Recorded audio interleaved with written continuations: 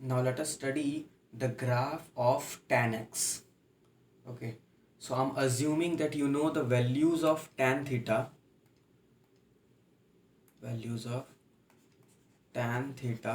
for different theta. So 1 theta is equal to 0, tan 0 is 0, tan 30 is 1 upon root 3, tan 45 is 1, tan of 60 degree and 90 degree. It is root 3 and it is not defined. What do you mean by not defined? यहाँ पर not defined का मतलब है very large value. ठीक है, क्यों अभी बताऊँगा. ठीक है, क्यों. उसके बाद अब एक बात बताओ, अगर मैं यहाँ पर वैल्यू 120 डिग्री ले लूँ और फिर 150 ले लूँ और फिर 180 ले लूँ, तो फिर बिहेवियर क्या होगा. देखो, अभी हमने देखा था सर्कल, तो मान लो ये सर्कल है ना. When theta is equal to 120 degree, तो ऑब्वियस सा बात है जो रोटेटिंग रे होगा वो यहाँ पर आएगा ऐसे, है ना. तो suppose this is angle theta, theta is greater than 9 degree. ठीक है, तो इस केस में क्या हो जाएगा. इस केस में ट्रायंगल हमारे पास कुछ ऐसा बनेगा. तो परपेंडिकुलर ये है, तो देखो धीरे धीरे परपेंडिकुलर डिक्रीज हो रहा है और बेस इंक्रीज होगा. जैसे जैसे थीटा बढ़ेगा परपेंडिकुलर विल डिक्रीज. मान लो थोड़ा सा और बढ़ गया, देखो परपेंडिकुलर और घट गया और बेस और बढ़ गया, है ना. थोड़ा सा अगर ऊपर रहेगा, मतलब थीटा अगर कम रहेगा, तो यहाँ परपेंडिकुलर ज़्यादा था और बेस कम था.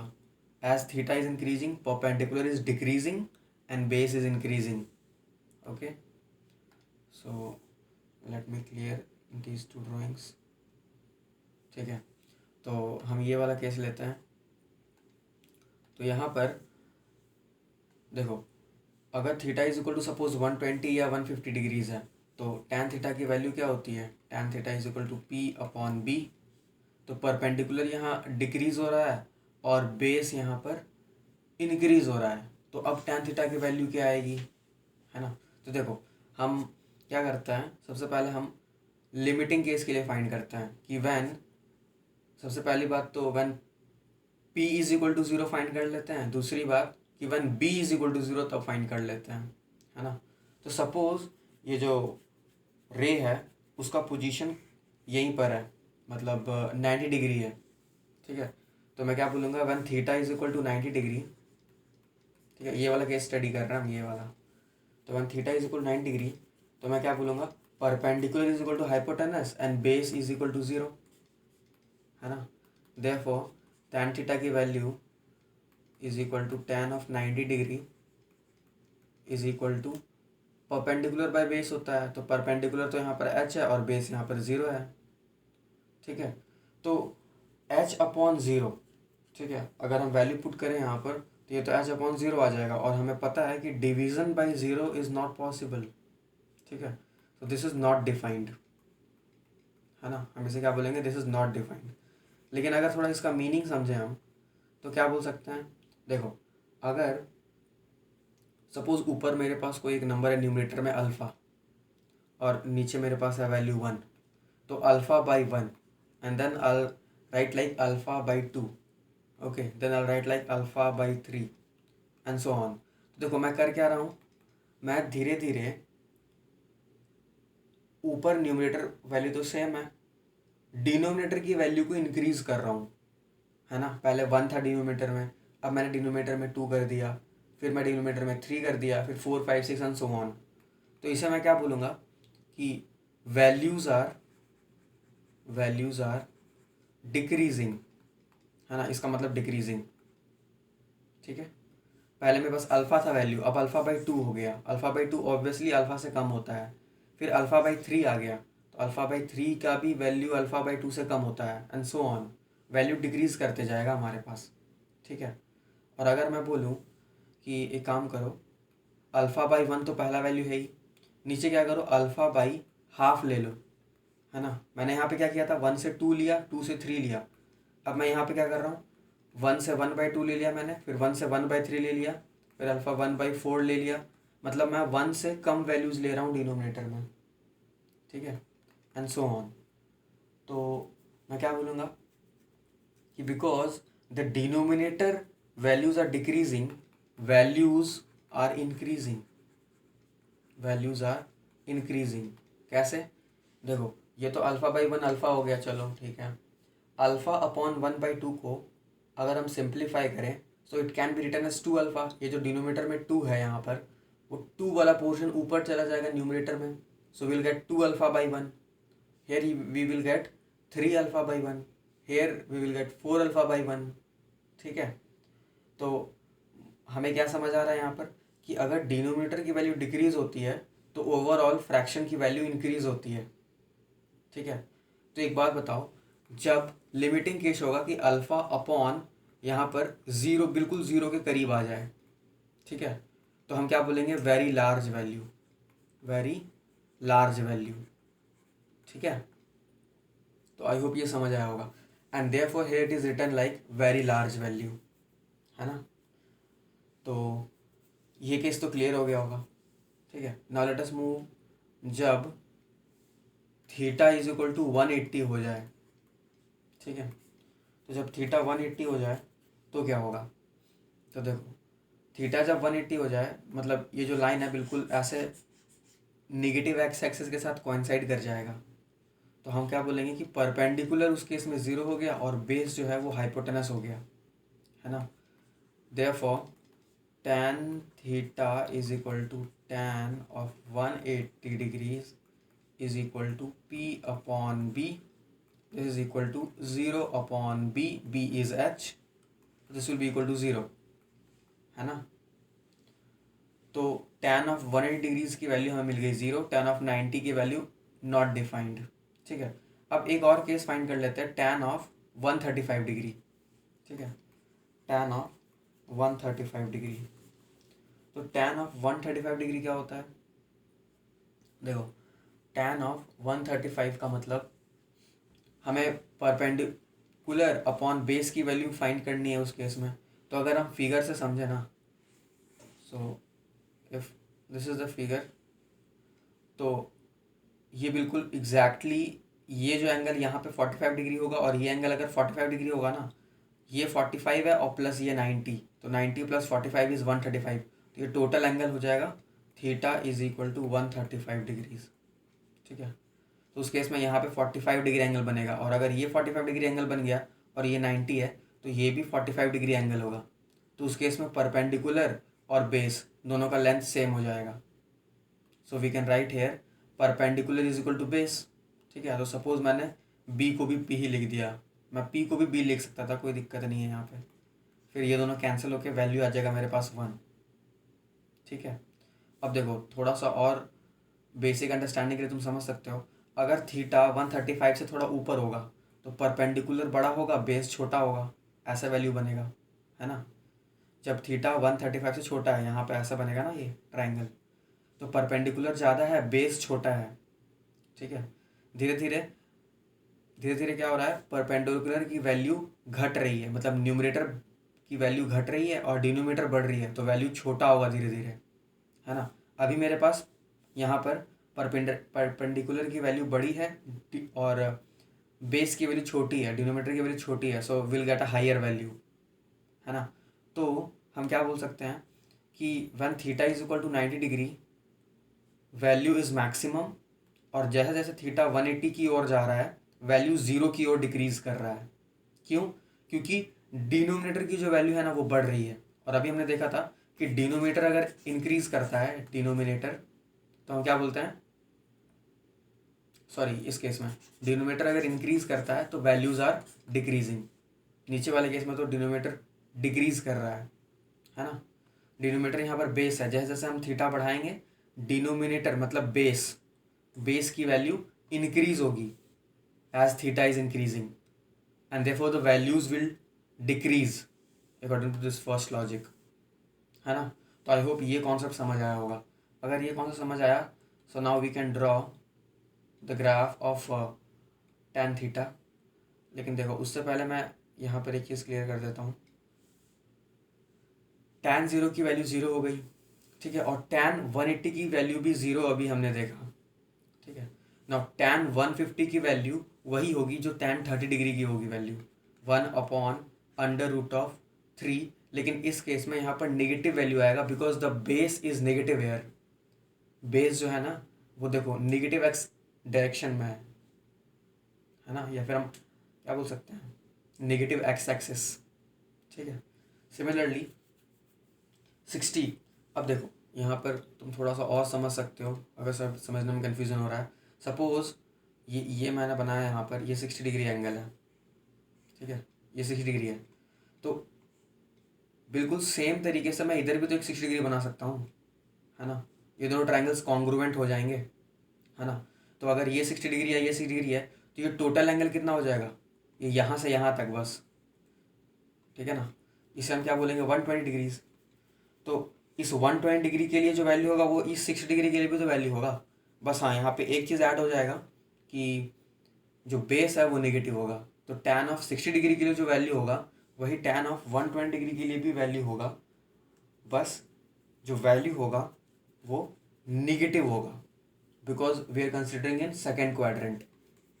ठीक है, so here the value will be -√3 and we know that at 135 degree 45 के इक्वल होगा वैल्यू, दैट इज 1। ठीक है, सो अगर इतना समझ में आ गया है तो आई होप ग्राफ समझने में प्रॉब्लम नहीं आएगा। Okay, so suppose this is the x axis, okay, and this is the y axis.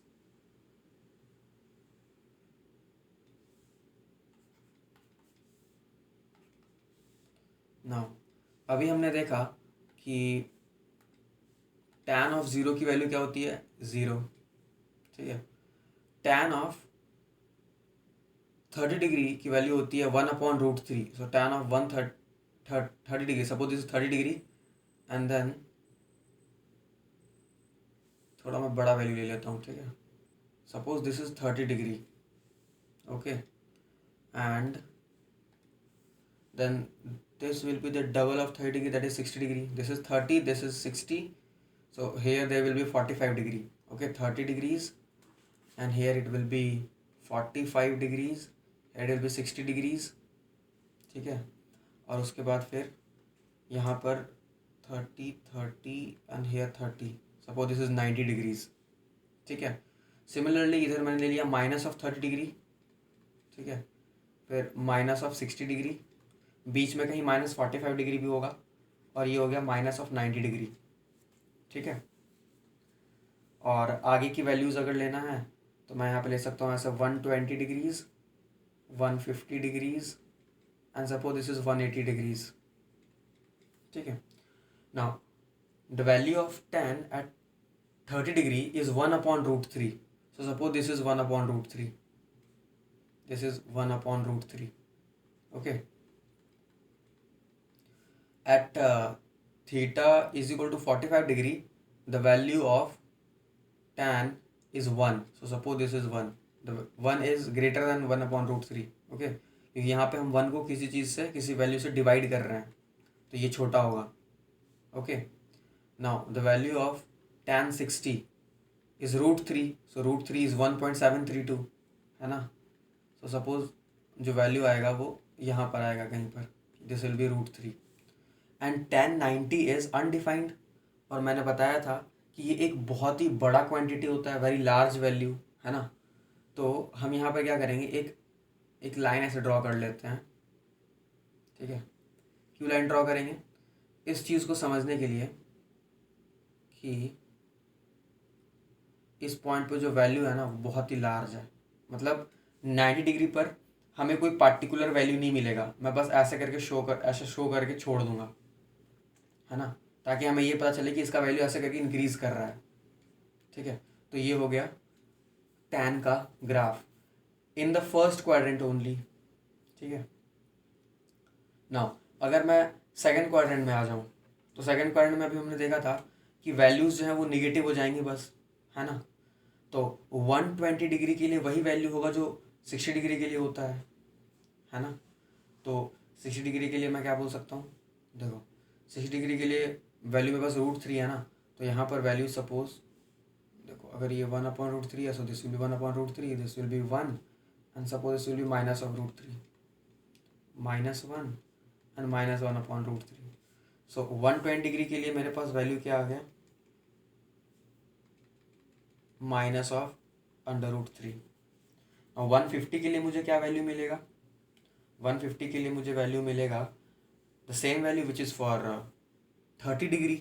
30 degree ये वैल्यू है, और बीच में कहीं 135 डिग्री होगा, 135 डिग्री के लिए मुझे 1 वैल्यू मिलेगा। ठीक है, तो चलो ये भी शो कर ही देता हूँ, this is 135 degree, and here I get the value for 150 degree here. Okay, and at 180 degrees, ठीक है, 180 डिग्रीज के लिए वैल्यू क्या मिलेगा मुझे, 0। So this will be the value, है ना। अब क्योंकि वो 90 डिग्री के लिए अनडिफाइंड है, ठीक है, तो देखो इस केस में जो ग्राफ बनेगा ना वो ऐसा बनेगा, ऐसा बनेगा ग्राफ। ठीक है, यहाँ पर वैल्यूज जो है वो निगेटिव डायरेक्शन पर होंगी, बहुत ही बड़ी वैल्यू होगी लेकिन निगेटिव डायरेक्शन में होगी। क्यों, क्योंकि देखो अगर मैं 90 डिग्री से थोड़ा सा भी बड़ा एंगल लेता हूँ, सपोज 90.0000000001 ऐसा एंगल लेता हूँ, इतना डिग्री के लिए मैं फाइंड कर रहा हूँ, तो भाई अगर एंगल थोड़ा सा भी मैंने 90 से इंक्रीज कर दिया तो बेस तो निगेटिव हो गया ना, ऑलमोस्ट बेस बहुत छोटा होगा लेकिन वो तो सेकंड क्वाड्रेंट में आ गया ना बेस, है ना। देखो मैं ये 90 डिग्री हो गया, तो मैंने बस बिल्कुल ऐसे ले लिया 90 पॉइंट, बिल्कुल बहुत ही छोटा सा वैल्यू इंक्रीज करा मैंने 90 से, तो बेस जो यहाँ पर आएगा ऐसे वो बहुत ही छोटा बेस आएगा, है ना। अगर मैं इसे और छोटा ले लूँ तो बेस और भी छोटा आएगा, तो क्योंकि ये निगेटिव आ गया तो p/b की वैल्यू भी निगेटिव आ जाएगी, बिकॉज b निगेटिव आ गया है यहाँ पर, 90 से ग्रेटर में मैंने डिग्री लिया तो बेस बिकम्स नेगेटिव, इसलिए मैं क्या बोलूँगा यहाँ पर वैल्यू ऐसा बनेगी। ठीक है, तो ये नीचे की डायरेक्शन में हो गया ऐसे। ठीक है, आई होप ये समझ आया होगा ना। सिमिलरली अब देखो अगर हम फोर्थ क्वाड्रेंट की बात करें, या फिर चलो हम नेगेटिव वैल्यूज़ के लिए बात कर लेते हैं, तो negative values denote fourth quadrant only. ठीक है, तो देखो यहाँ पर वैल्यू क्या आ जाएगा फोर्थ क्वाड्रेंट में, फोर्थ क्वाड्रेंट में सपोज हमने एक बार ऐसे ले लिया वैल्यूज़, फिर एक बार ऐसे ले लेंगे रे को, फिर एक बार ऐसे ले लेंगे, तो यहाँ पर भी देखो क्या हो रहा है, धीरे धीरे बेस जो है ना वो इंक्रीज़ कर रहा है, बेस इंक्रीज़ कर रहा है और पॉजिटिव डायरेक्शन में इंक्रीज़ कर रहा है। बट यहाँ पर देखो परपेंडिकुलर जो है वो डिक्रीज़ कर रहा है और परपेंडिकुलर नेगेटिव है ना। तो इस केस में क्या था कि अगर सेकंड क्वाड्रेंट में देखें हम, तो सेकंड क्वाड्रेंट में परपेंडिकुलर पॉजिटिव था, यहाँ पर फोर्थ क्वाड्रेंट में परपेंडिकुलर नेगेटिव है, बाकी सब कुछ सेम है। The length of the perpendicular here also the length of the perpendicular both will be equal. ठीक है, here base was increasing, here also base is increasing, बस यहाँ पे साइन का डिफरेंस है, यहाँ पे परपेंडिकुलर पॉजिटिव था, यहाँ पे परपेंडिकुलर नेगेटिव है, यहाँ पर बेस नेगेटिव था, यहाँ पर बेस पॉजिटिव है। सो अगर हम p/b फाइंड करेंगे ना, तो इस केस में क्या था, पहले वाले सेकंड क्वाड्रेंट के केस में b नेगेटिव था, यहाँ पर क्या है कि b पॉजिटिव है, p नेगेटिव है, सो वैल्यूज तो सेम ही आएगा ना, है ना, वैल्यूज तो सेम ही आएगा। सो आई होप ये तुम्हें समझ आ गया होगा। ठीक है, सो हम क्या बोल सकते हैं कि -30 डिग्री के लिए, -30 डिग्री के लिए, चलो देखो फिर से मैं एक्सप्लेन कर ही देता हूँ, थोड़ा टाइम भले लग जाए लेकिन कॉन्सेप्ट क्लियर होना चाहिए। देखो -30 डिग्री ऐसा होगा, है ना, मैं क्लॉकवाइज डायरेक्शन में अब एंगल्स को मेज़र कर रहा हूँ। ठीक है, इस डायरेक्शन में क्लॉकवाइज डायरेक्शन में दिस इज 30 डिग्री। ठीक है, तो 30 डिग्री में मैं क्या बोलूँगा कि देखो मेरे पास जो परपेंडिकुलर आया है वो निगेटिव है ना, और बेस पॉजिटिव है। सिमिलरली अगर मैं नेगेटिव डायरेक्शन में थोड़ा सा एंगल और बढ़ा दूँ, सपोज दिस इज 60 डिग्री, तो मेरे पास ऐसा परपेंडिकुलर बढ़ जाएगा, परपेंडिकुलर का मैं बोल सकता हूँ वैल्यू बढ़ जाएगा, लेकिन नेगेटिव डायरेक्शन में बढ़ेगा, इसका मतलब घट गया। कोई चीज़ नेगेटिव में बढ़ रहा है, नेगेटिव डायरेक्शन में बढ़ रहा है, इसका मतलब घट रहा है ना, समझे। सिमिलरली कभी ना कभी ये 90 डिग्री पहुंच जाएगा, -90 डिग्री एंगल, तो परपेंडिकुलर उस केस में तो क्या हो जाएगा, -1 हो जाएगा। सॉरी माइनस ऑफ एच हो जाएगा, हाइपोटेनस के इक्वल हो जाएगा, है ना, और बेस ज़ीरो हो जाएगा। तो बिकॉज बेस इज ज़ीरो, है ना, यहाँ पे लेंथ कुछ बचेगा ही नहीं, और परपेंडिकुलर मेरे पास क्या था, नेगेटिव सेंस में था, तो मुझे वैल्यू क्या मिलेगा, बहुत ही बड़ी वैल्यू मिलेगी, लेकिन नेगेटिव सेंस में मिलेगी, मतलब बहुत ही छोटी वैल्यू मिलेगी, है ना। तो मैं यहाँ बोल सकता हूँ इसका जो ग्राफ बनेगा वो कुछ इस तरीके से बनेगा, ठीक है। -30 डिग्री पर वैल्यू आएगी -1/√3, ठीक है। तो क्यों, क्योंकि धीरे धीरे तो पैटर्न सेम ही है, ठीक है। लॉजिक यहाँ पे समझना कि या तो तुम उसे फर्स्ट क्वाड्रेंट से भी कंपेयर कर सकते हो, सेकंड क्वाड्रेंट से भी कंपेयर कर सकते हो, ठीक है। अगर तुम फर्स्ट क्वाड्रेंट से कंपेयर करोगे तो सेम वैल्यूज़ के लिए, मान लो ये 30 है, मान लो ये 60 है, और मान लो ये 90 है, ठीक है, हमें क्या कर लेना है, वैल्यूज सेम ले लेना है, बस साइन निगेटिव ले लेना है। तो 30 डिग्री के लिए जो यहाँ वैल्यू है वही वैल्यू यहाँ पर भी होगा, क्योंकि ट्रायंगल देखो सेम बन रहा है एक तरीके से, है ना। फिर 60 डिग्री के लिए जो ट्रायंगल बनेगा वहाँ यहाँ पर -60 डिग्री के लिए भी वही ट्रायंगल बनेगा, बस यहाँ पर परपेंडिकुलर मेरे पास पॉजिटिव है, बेस पॉजिटिव है, यहाँ पर बेस पॉजिटिव है लेकिन परपेंडिकुलर नेगेटिव है, so value will B negative, ठीक है। सो यहाँ पर -30 डिग्री के लिए -1/3 वैल्यू आएगा, -60 डिग्री के लिए -√3 वैल्यू आएगा, और -90 के लिए क्या आ जाएगा, अगेन हम एक लाइन ड्रॉ करेंगे, क्योंकि -90 के लिए कोई वैल्यू मिलेगा नहीं हमें एग्जैक्टली, है ना। तो हम क्या बोल सकते हैं, बहुत ही निगेटिव वैल्यू मिलेगा,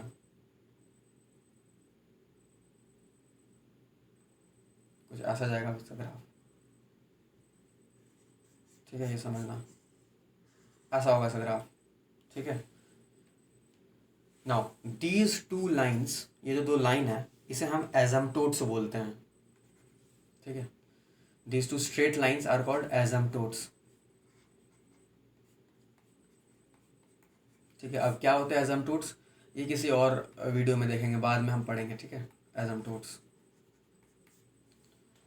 ठीक है। सो आई होप इसका ग्राफ तुम्हें समझ आया होगा, ठीक है, अभी तक तो समझ आया होगा। नाउ अब देखो, अगर मैं वैल्यूज़ को एक्सटेंड करूँ तो मैं एक छोटा सा ग्राफ बना लेता हूँ जनरलाइज करने के लिए, ठीक है।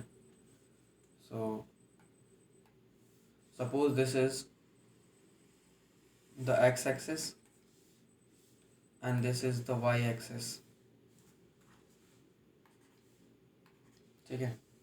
तो टैन का जो ग्राफ बनेगा ना वो कुछ इस तरीके से बनता है, ये 0 है तो ऐसा ग्राफ बनेगा इसका, वेट अ मिनट,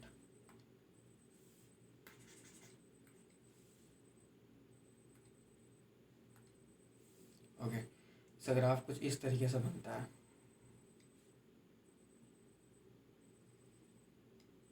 ठीक है।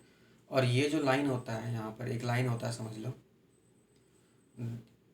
यहाँ पर एंगल क्या होता है, थीटा = π/2, π/2 मतलब 90 डिग्री, और यहाँ पर ये जो लाइन बनेगा पैरेलल टू वाई एक्सेस, ये क्या होगा, -π/2। सिमिलरली ये तो हो गया वैल्यू 0, अब यहाँ पर कहीं ना कहीं मुझे पाई मिलेगा, तो पाई में वापस से वैल्यू मुझे क्या मिलेगा, 0, फिर से ग्राफ ऐसा बन जाएगा मेरे पास, ये जो ग्राफ है ना वो रिपीट करेगा, ये हो जाएगा 3π/2, ये थोड़ा ज़्यादा खिंच गया, ठीक है। तो समझ जाना यहाँ पर, ये this will be 3π/2, again the values will be like this, ऐसा करके ये चलता जाएगा, और इधर वापस से वैल्यूज ऐसा आएगा, ठीक है, मतलब सेम वे में, और दिस विल बी -3π/2, सॉरी 3π/2, ठीक है। ये पाई हो गया, ये हो जाएगा -पाई एंड सो ऑन, ठीक है। सो आई होप ये ग्राफ तुम्हें समझ आया होगा, π/2 पे, 3π/2 पे, -π/2 पे, -3π/2 पे जो वैल्यू होता है वो अनडिफाइंड होता है टैन का, ठीक है। सो अगर हम डोमेन और रेंज देखें तो क्या बता सकते हैं कि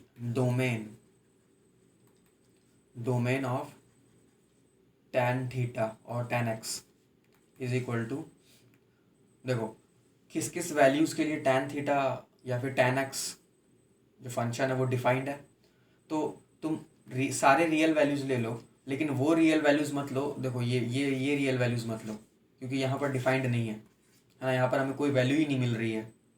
अगर मैं तुमसे पूछूं कि पाई/2 के लिए tan की क्या वैल्यू मिल रही है, तुम नहीं बता सकते। ये तो इन्फिनिटी की ओर जा रही है, और इधर ये -इन्फिनिटी, मतलब इधर बहुत ही बड़ा नंबर, इधर बहुत ही छोटा नंबर की ओर बस टेंड कर रही है वैल्यू। तो हम ये नहीं बता सकते कि एग्जैक्टली वैल्यू क्या है। ठीक है, सो आई से दैट पूरी की पूरी तुम रियल नंबर ले लो, लेकिन उसमें से कुछ कुछ वैल्यूज को सब्ट्रैक्ट करना पड़ेगा। तो क्या सब्ट्रैक्ट करना पड़ेगा? जो ऑड मल्टीपल्स है पाई/2 के, है ना, जैसे कि 1/2, 3/2, पाई/2 के ऑड मल्टीपल्स, मतलब 1, 3, 5, -1, -3, है ना। तो मैं क्या बोलूँगा, पाई/2 के ऑड मल्टीपल्स। तो ऑड नंबर्स को मैं कैसे लिखूंगा, 2n+1, है ना। इसको माइनस कर दो। अब n क्या होगा, n बिलोंग्स टू इंटीजर्स। ठीक है, n के लिए तुम 0 ले सकते हो, तो -पाई/2 कर देना यहाँ पर। इस मतलब इस चीज़ के लिए डिफाइंड नहीं है ये, तो डोमेन ये हो गया इसका। सिमिलरली n के लिए जब तुम 2 पुट करोगे तो ये आ जाएगा 5पाई/2। तो 5पाई/2 के लिए भी डिफाइन नहीं होगा, आगे 5पाई/2 भी मिलेगा। ठीक है, तो आई होप ये समझ आया होगा। Now similarly range, what will be range of tan x। तो देखो, मुझे tan x की जो वैल्यूज़ मिल रही है, जिस भी वैल्यू के लिए डिफाइंड है tan x, उस वैल्यूज़ के लिए, उन सारे x के लिए tan x की जो वैल्यूज़ मिल रही है वो क्या है। तो वो तो देखो, हमें अगर मैं इस वैल्यू की बात करूँ, इस x की बात करूँ, तो इस x के लिए मुझे ये वैल्यू मिल रहा है, मुझे 0 भी मिल रहा है, 0 के लिए मुझे नेगेटिव वैल्यूज़ भी मिल रही हैं, है ना। अगर मैं x इधर ले लूँ तो नेगेटिव वैल्यूज़ भी मिल रही है मुझे, है ना, और इधर पॉजिटिव वैल्यूज़ भी मिल रही है। और मुझे कहाँ तक मिलेगी, बिल्कुल इन्फिनिटी तक मिलेगी, और इधर कहाँ तक मिलेगी, बिल्कुल -इन्फिनिटी तक मिलेगी, है ना। तो मैं क्या बोलूँगा, रेंज क्या है, पूरा का पूरा r। r मतलब रियल लाइन। ठीक है, सारे रियल नंबर्स, मैं ऐसा बोल सकता हूँ। तुम इसे बोल्ड लेटर में भी ऐसा r लिख सकते हो। ठीक है, this is also a way of representing set of all real numbers. ठीक है, या तो तुम बोल्ड में लिख लो, या तो ऐसे लिख लो। ठीक है, सो आई होप ये समझ आया होगा।